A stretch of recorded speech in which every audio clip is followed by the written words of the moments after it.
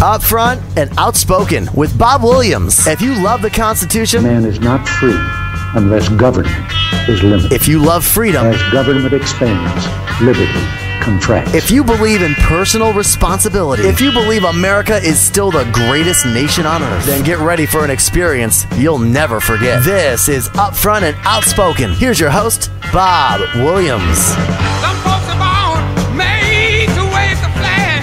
Ooh, they're red, white, and blue.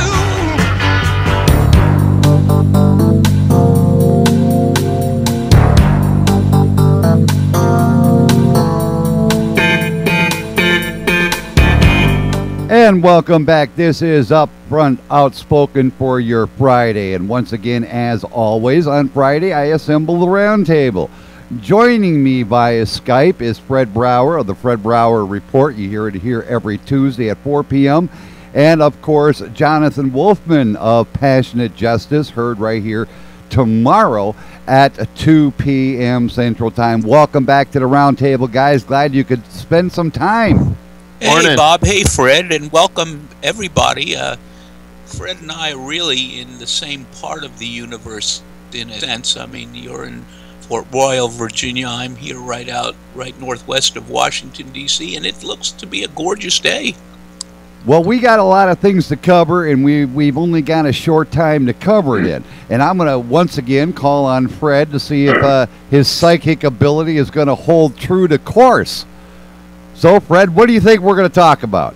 Well, my guess was the Freddie Gray blow-up in Baltimore and possibly the Clinton Foundation fiasco, and how about the U.S. Navy turning back that Iranian convoy that was headed for Yemen? Jeez. Am I close? No. This is the one time your psychic ability failed. Well, come on. I mean, let's be fair. This guy's been pretty damn good up to this point. He has. But a couple things I do want to talk about. I on Wednesday, if everybody heard me, I did a rant. Wednesday is my rant day.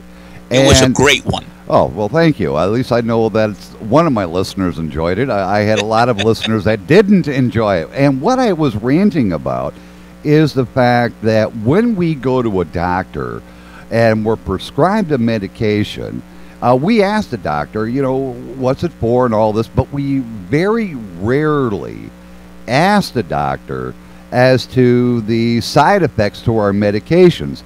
And I'm curious if either of you two have ever, and Fred, your wife is in the medical profession, have you actually gone into your doctor or your pharmacist and said to him, hey, what are all the side effects to the medication you're about to prescribe me? No, because I only take one medication, so I've never experienced that myself. But, yeah, my wife would tell you, I'm pretty sure because I've heard her say it myself. It's every patient, you have to ask your doctor point blank and get them on the spot and ask them what are the side effects are going to be, because every medication does in fact come with side effects. And it's just it's the lesser of two evils. And the thing is we as the average American always take it for granted. Our doctors and nurse practitioners know what's best for us, but what disturbs me is I received a lot of emails right after that broadcast, and the vast majority of people said right out, Bob, you're right. I have failed to ask people what my medication's side effects are. And when I brought up the fact of trazodone alone, all of a sudden I'm getting emails regarding Monsanto and all that. Well, that's not just the point. The point is we as Americans are failing in our responsibility to be proactive in what goes into our bodies. It's as simple as that. I think you're right, Bob. I'll tell you this. I have my sister's kidney, and I've had it since July 3rd, 1998. And that has made me very sensitive to these issues. So I'm one of the minority who always asks about this stuff. And one of the things I've learned is that a lot of medications that were originally developed to target one or another condition or disease, they find, whether it's, as you say, trazodone or one I'm going to name in a moment, they find that in different doses they can in fact work well to alleviate the symptoms of conditions and diseases that they weren't originally designed for. For example, you take a medication like clonazepam, or what is called sometimes Klonopin. It calms you down. Now, it's used today with a lot of people who have, say, manic depressive illness. And it works very, very well. Klonopin or clonazepam, it's the same med.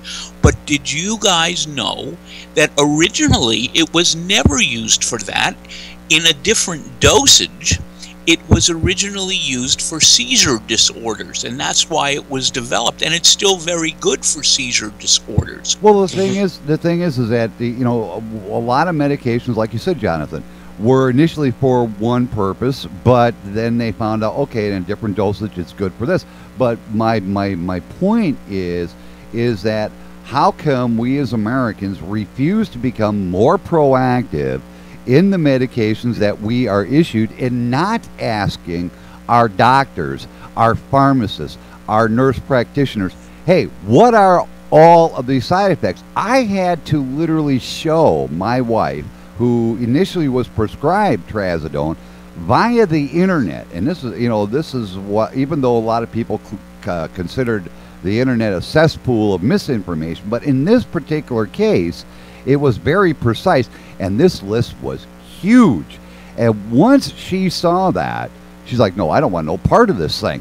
Why are we not being more proactive in asking our doctors, our pharmacists, our nurse practitioners these tough questions? Well, very quickly, I'd say there's several reasons. One is people are too lazy. And we're a comfortable society by and large. We're too comfortable, and we love to rely on professionalism and professionals. But I would also say that the American Medical Association and drug companies push the idea, rely on us. I mean, the hidden message in all of their professional advertising and their medication advertising is, you can rely on us. Ask your doctor about blah, blah, blah. But what they mean by that is, hey, would this work for me? And then you shut up, and the guy or gal in the white coat, he's almost like God. We've been fed that notion to the point where we believe it, and so we don't do what you're suggesting, and damn it, we need to. Now, Fred, do you agree or disagree? No, I agree. I think it's a matter of complacency, and a lot of people are. You've heard the term the pill popping society. That a lot of people think they go to the doctor, they get the script, and it solves the problems, and that's the end of it, and don't question it. And Jonathan, also, well, you mentioned too that now the information is online. There's there's WebMD. There's a lot of other medical websites. PubMed, PublishMed. That's a government website. National Center for Medical Information. The information is out there, but like I said earlier, there is a side effect for every single med out there, and they are listed. They are published. But now, with the overburdening of doctors and nurses and medical professionals in the United States, and the documentation that they are forced to do on the spot, a lot of them don't have, or at least feel like they don't have, that 20 minutes to speak with each single patient while they're in their you're in their office. You know, so as a patient, you got to be really, really proactive about what you're getting, what you're doing, and you got to dig up the information yourself, because every medication. You know, every time you get a script, you get some paperwork with it, and most of the time, like we're with Kaiser, every single time we get a med from Kaiser, there is a series of papers that come with it, and most people, we all know this, they just throw them out. Throw it away. One of the things, they just tear them up, throw them away.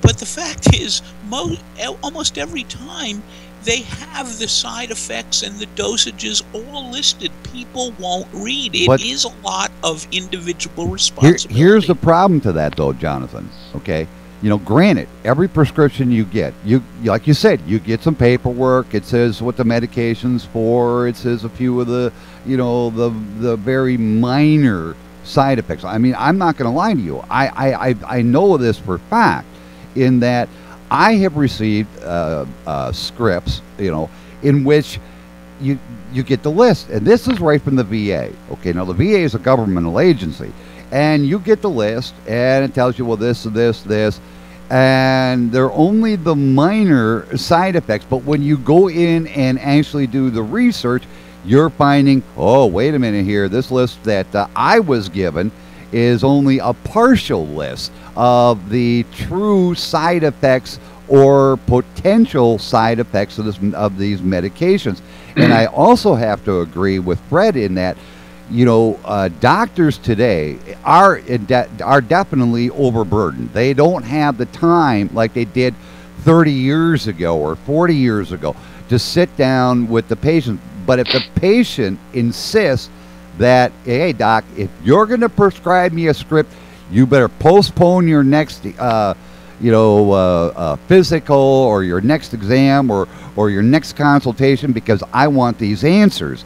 And when you do, and I have found this to be true, I don't know about anybody else, when you force that doctor, force that nurse practitioner, or force, in some cases, a psychiatrist to answer your questions, they get very, very squeamish, because there was a time they got kickbacks for every script they wrote on that particular medication.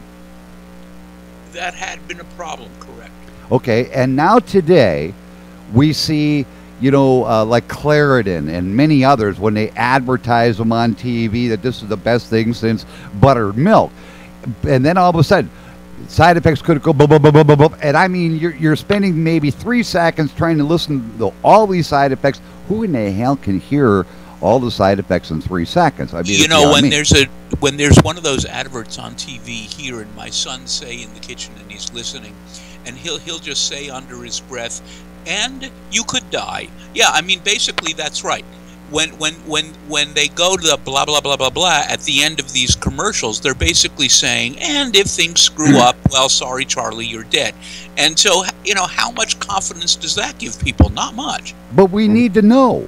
That's the whole thing. We need to know, absolutely, you know, exactly what is going on every time a prescription is wrote. And I guess, you know, in summation for this particular little setup thing is I am telling everyone, I don't care if you're in the United States, I don't care if you're in China, I don't care if you're in bumfuck Egypt, I don't care where you are, before you accept that script, demand that you have that sit down with your doctor, with your nurse practitioner, with your psychiatrist, with that pharmacist, and say, I want the complete and total list. I want to see it on your computer screen. It's simple.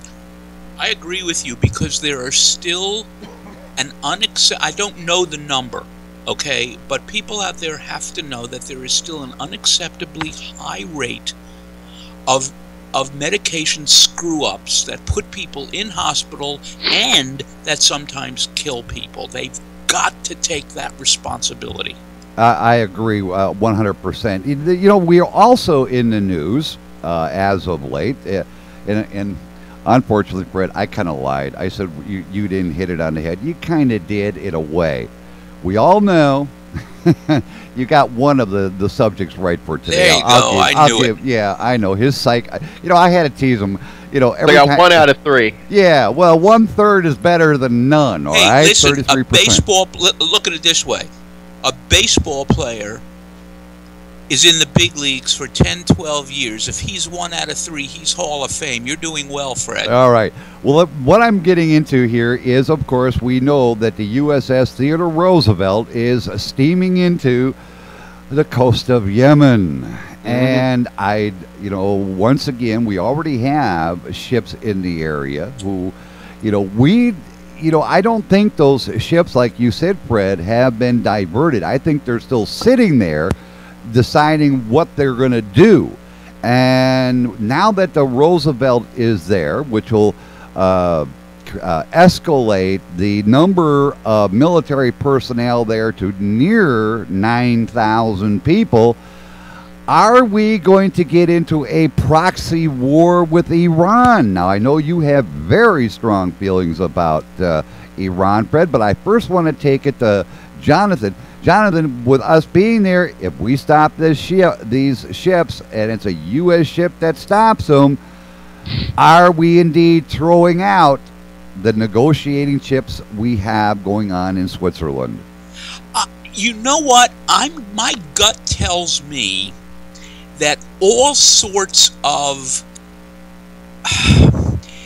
nonsense can go on with these ships, and there is still enough reason for the Iranians to want some kind of deal on the nuclear talks because they're desperate to get back into the world economy.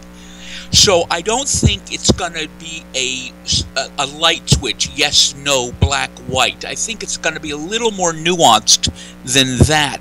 But I hear Fred, even before he's speaking, saying that this is going to be very dicey. I think if we confront Iran with our ships, it could lead, God help us, it could lead to war. I don't know where Fred's on this. I'm very interested because I think he's more up on this than I am. I would think right there in the water, okay, right off the coast of Yemen. My guess is that the Iranian naval commanders they're going to turn back from it. They're not going to engage the United States Navy point blank at that point.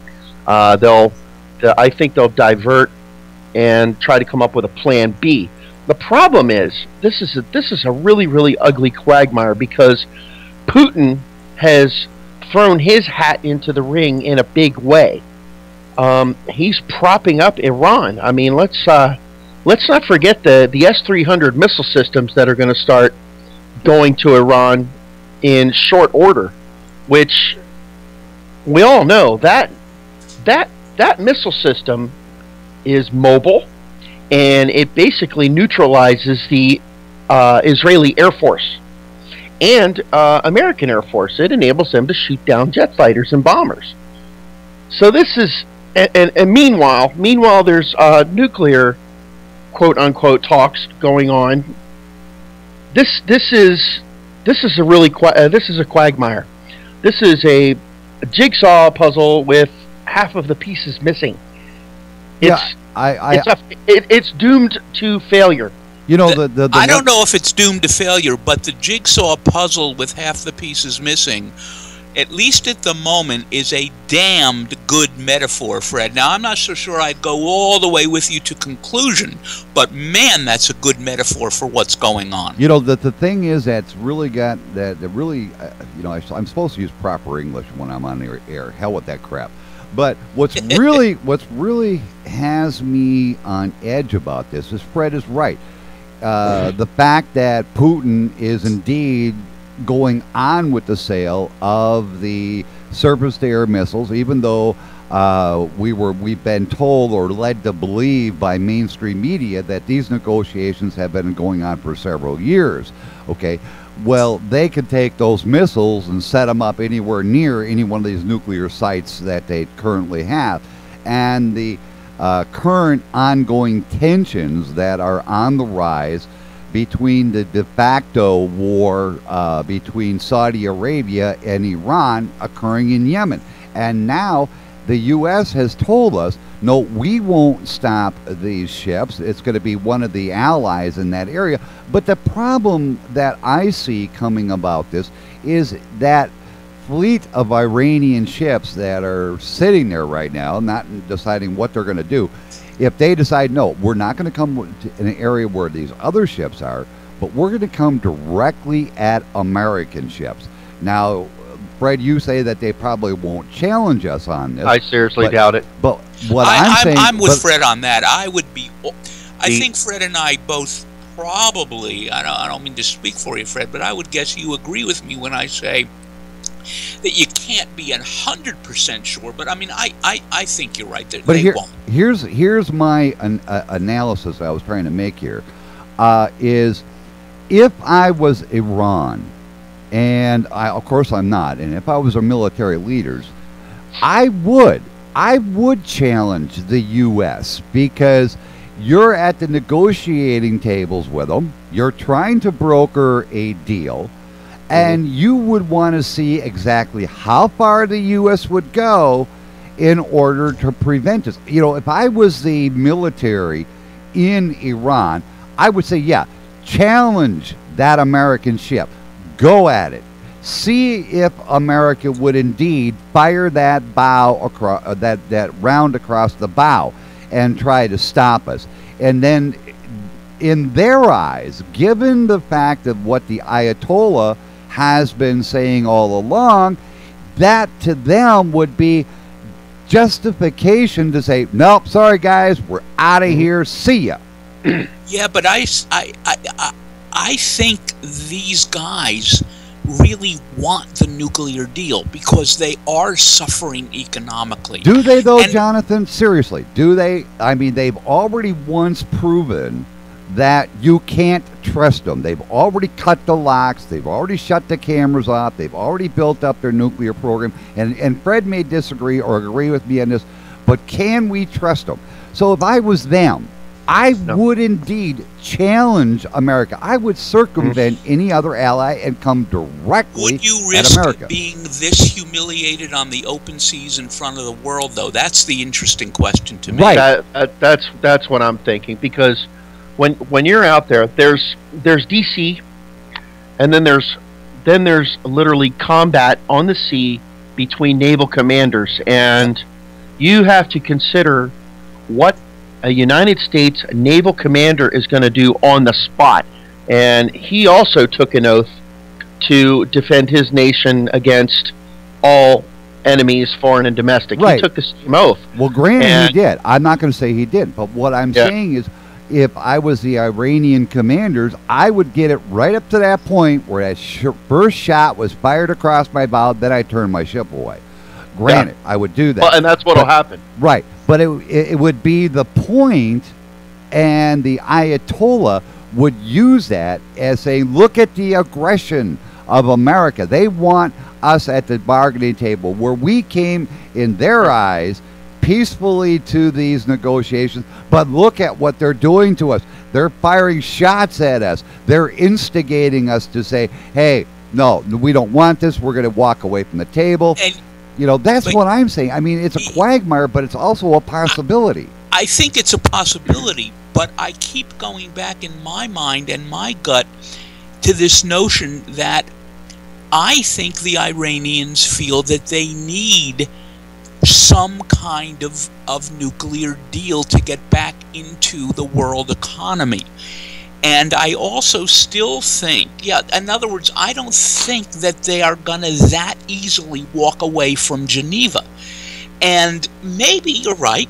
I can't tell, but I just don't think they're going to do it that easily. And I think Fred's right, too, when he says that I just don't see them risking turning tail like that after the shot is fired across the bow. That would be an unbelievable humiliation for them. But it would also be, believe it or not, if you look at it, it would also be a PR coup for them, in that it would strengthen their demonization of America in the fact that they came in their eyes to provide whatever they're going to claim was humanitarian aid. And we're going to know that's exactly what they're going to claim, but it would be for them a PR coup in the fact of showing that this is why we have demonized America, because they are the aggressors. Even though on these ships there may be these military arms, we don't know exactly what's on them. But we do know they're sitting there right now deciding what they're going to do. If I was that military commander, I'd say, okay, let's challenge it. Let's take it to the point where we get a shot fired across the bow, turn our ships around, head back, and then use the fact that we were shot at as a PR coup in our own country to build the populace up against America, and walk away from the table until we get exactly what the Ayatollah's been saying in his rhetoric all along, that we will not sign a deal unless all sanctions are lifted immediately. This is the whole shell game that Iran is playing, okay? This is the whole agenda that is playing out to their advantage, okay? Obama has taken what I see going on right now is the United States having a less and less and less effective role in the Middle East, while Russia fills the void, strengthens Iran, gives them a missile defense shield, and Iran the whole while is dangling the carrot in front of Obama, while meanwhile they get their way and they become a viable force in the Middle East, propped up by Russia. So here we got this little shell game, this little cat and mouse thing going on off the coast of Yemen. You see what's happening here? The United States is losing its credibility and its effectiveness in the Middle East, and Russia and Iran are filling the void. And that's just the whole point. I mean, that's kind of the point I'm making, is that I've been a staunch supporter of President Obama in many things, but I've also been very much of a critic in others. And his foreign policy, especially when you're dealing with the Middle East, has indeed failed in a lot of respects. And this carrot, as you put it, Fred, and I like that analogy, is they're hoping that President Obama bites towards that carrot, because then they can use it, as I said, as a PR coup in their own country.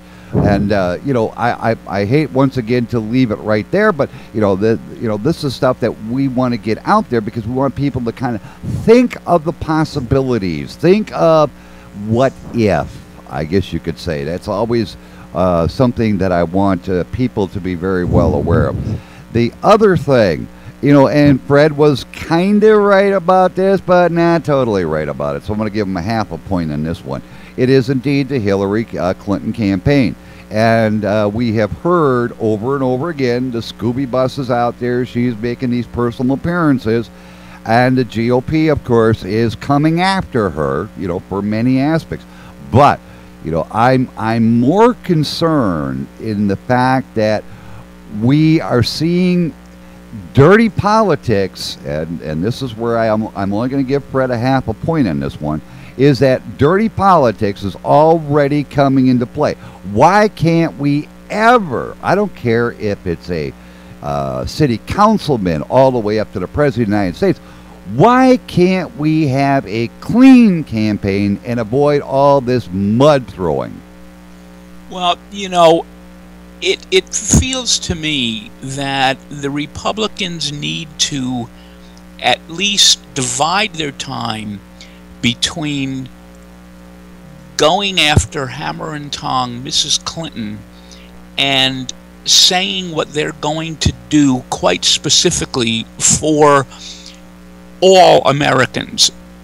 Because the thing I know Fred a few weeks ago was touting the credentials of the doctor from Baltimore, and now on your show, Fred, you were touting Marco Rubio.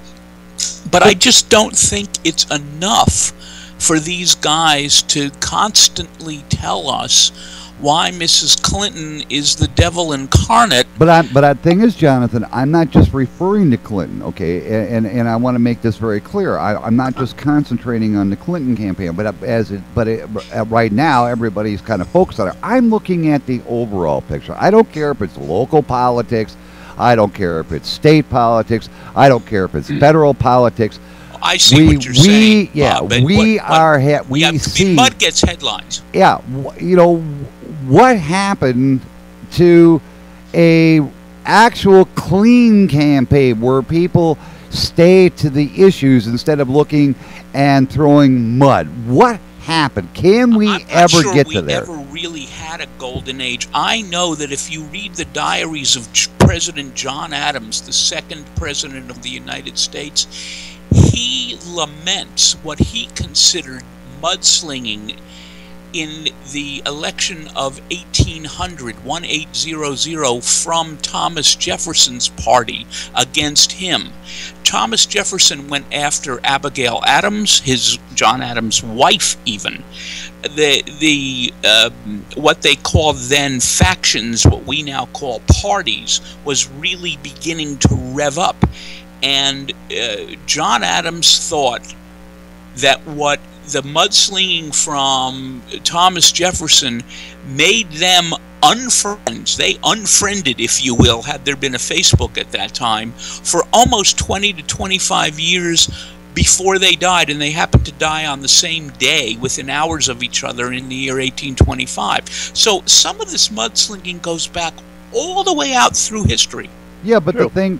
go ahead, Fred. Yeah, I think part of the problem is, and we talked about this months ago, is part of the problem is the audience. It is the American listener, the American voter that is tuned into the media.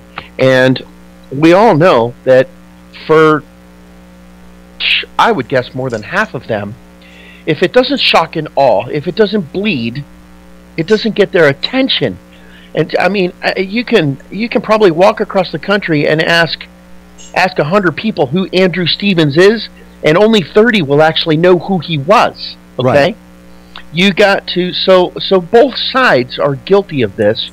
So the Republicans and conservatives, and they're going to use the same tactic of ridicule and shame and mudslinging to get the public's attention. Months ago, the conservative side, the right, ran on Benghazi, and they ran on the emails, and it fell flat.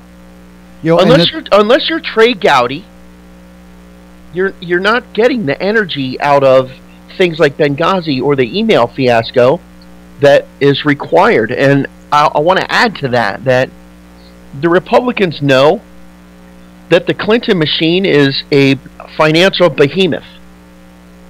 We're talking probably unending funds, limitless funds that they have to go up against, which is why they're grooming Bush, because Bush has the capability of coming up with the same funds. So what do?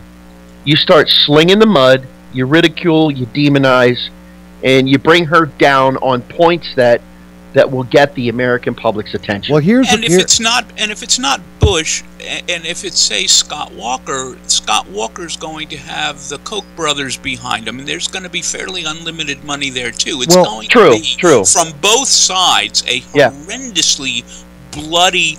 You said people want to see blood, and Bob knows this. On my show every week, I quote Phil Oakes, the great old folk singer who took his life in the early 70s, Phil Oakes, and he had a song called Resurrection, and in it he laments the fact, even as early as 1966, that Americans want to see a picture of the pain, and he was speaking specifically of people wanting every gross detail of the Kennedy assassination, and he said, do you have a picture of his pain?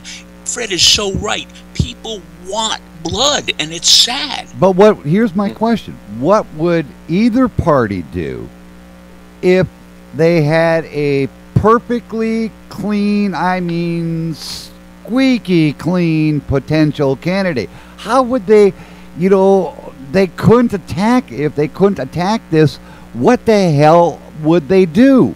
I mean, it would make me wonder. They'd have to argue issues. Right, and that's what I'm trying to get. Why can't we, you know, stay to the issues instead of, okay, you've got this, or you had a mistress 40 years ago, or you smoked a doobie when you were back in high school, or your mom is Bob, you know. These guys think that scandal and sex and blood moves people to vote. They don't think that issues do. But you're right, though. You're exactly right, though, Jonathan. If it doesn't have scandal, and Fred is exactly right, if it doesn't have scandal, it doesn't, you know, the candidate doesn't have a little dirty secret hiding away somewhere, it's, you know, then we have no issues because we don't want to go on the issues because corporate America, thanks to, you know, what is that, Citizens United, you know, without scandal, we can't get all this mega millions and billions of dollars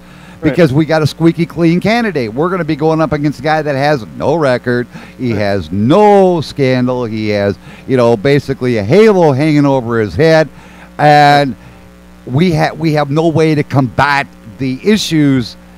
So we got to find something. And part of it too. Oh, go ahead, Fred.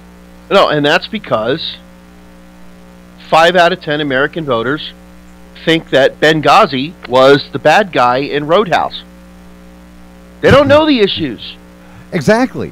And if half the people that go to the polls are misinformed. They go to vote because, oh, this candidate's gay friendly. Right. Or they go to vote because this one supports income equality. But that's the only issue they know. Right, and that makes one issue and they vote on that. It makes me wonder where, you know, and the thing is too is we all know. I mean, granted, I love being independent. I really do because we cover all the issues. But yet, mainstream and you guys got to. I don't know if you're going to agree with me or disagree, and I'm going to get your opinion on this. But it seems that mainstream, if it's one particular issue, they'll focus on that one.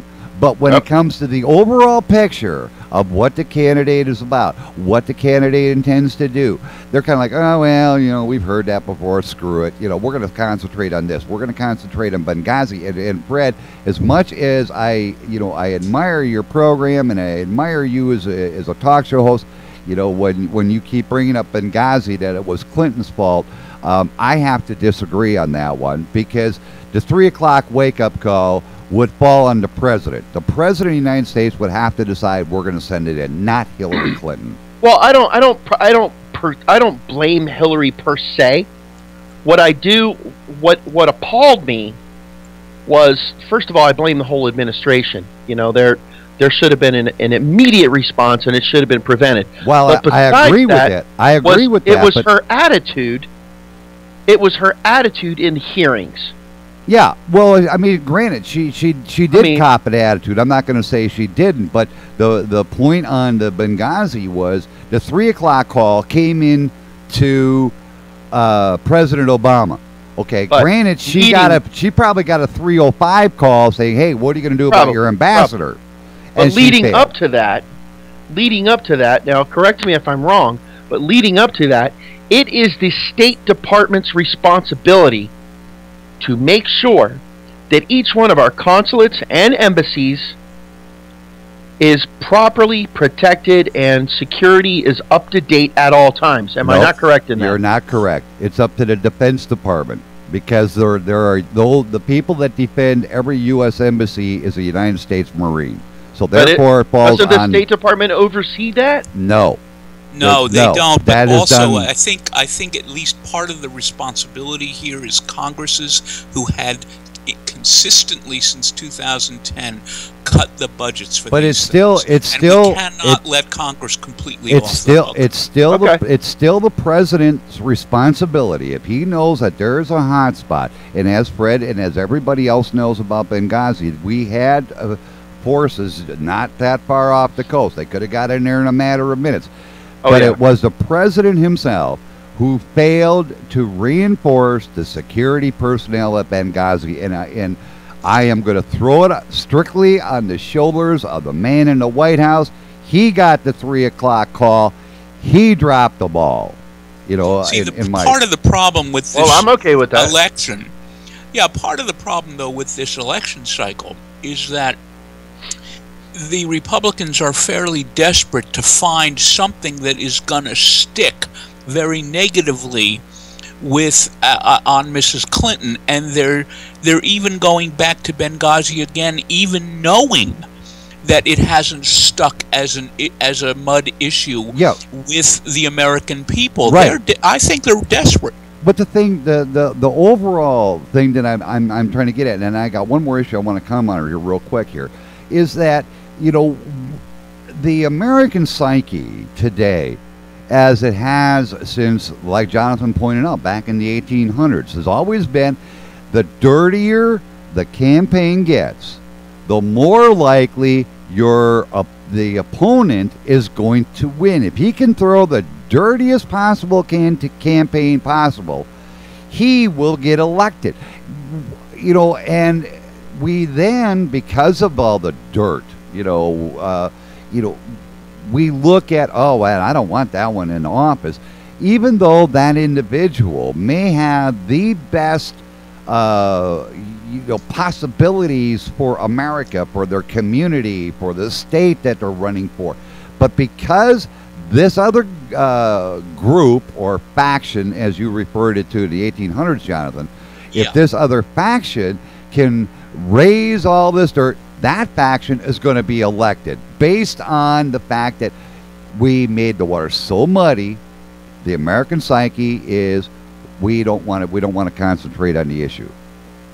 Yeah, and so it's been going on in America since Tom Jefferson did it to John Adams, and ever since, John Adams was so blown out of the water he couldn't believe that a Virginia gentleman would do that, and yet that set the tone for American, certainly presidential politics. And as you said, Bob, it goes from the very grassroots, from dog catcher elections all the way up to presidential elections. People, and Fred's got it right too, people are so intellectually lazy, and not just Americans, but all over the world. They don't want to sit and analyze. You see, I would say to people, please take what Bob is saying seriously, because it doesn't matter really whether you end up on a more progressive side than I am, or as I am, a more conservative side as Fred is. But my God, please do what Bob is saying. Get yourself educated about the issues so that the mudslinging, you can accept it, but don't focus on it. There you go. The other thing I want to cover on real quick here, we got about 10 minutes to go here, is the issue of the TPP, the Trans-Pacific Partnership. Now, you've heard it from President Obama himself. If you listen, you know, this is going to be great for America. This is going to be great for the American middle class. It's going to be bringing up more jobs. But guess what? The facts are, and I have to once again thank our friends over at MSNBC and Ed Schultz, is that every single union, and I'm not talking about just one, just two, but every single union is against the TPP. Now, I want to get each of you in a very short, brief statement, how you feel towards the TPP. If you're for it, why? If you're against it, why? And I'll start out with Jonathan, because Jonathan's the long-winded one. Oh, that's nice. Thank you. I know. Don't you love me? I'm skeptical. The end. Now, that's the first time you've ever had a short answer. I heard what you said, what you've been saying about it all week, Bob, and I'm with you. This is one where I think the president has done a piss poor job of explaining his position, and Ed Schultz is making more sense to me on this than the president is. All right, Fred, your shot. All right, I have a pretty simple answer too. I am also skeptical. I understand where the unions are coming from. If it does not help U.S. manufacturing at all, it's a bad deal. The only good thing I can see coming out of this is it will increase the American buyer's purchasing power with a good product that costs less. And that has been one of the quintessential problems of American manufacturing. When it's built here, it generally costs the American buyer more money than if it comes from China or Japan, or this is how foreign manufacturing weaseled its way into the United States to begin with. So I get where the unions are coming from.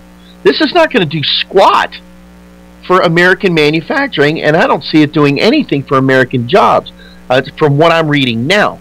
The only benefit I see is it's gonna help the American buyer get more for their money. Yeah, granted, it might do that, but how are you going to buy it if you don't have a job? And Correct. that's exactly what's going on. Correct. That's We the have problem to do- with a lot of corporate. See, the Wall Street loves this. The big money loves this, and it's because, as you've been saying all week, Bob, and why the unions hate it is because the people who are going to be benefiting are those multinationals who really are desperate to destroy unions here in the United States by outsourcing every kind of job. Mm-hmm. And no one here seems to me is going to benefit from this.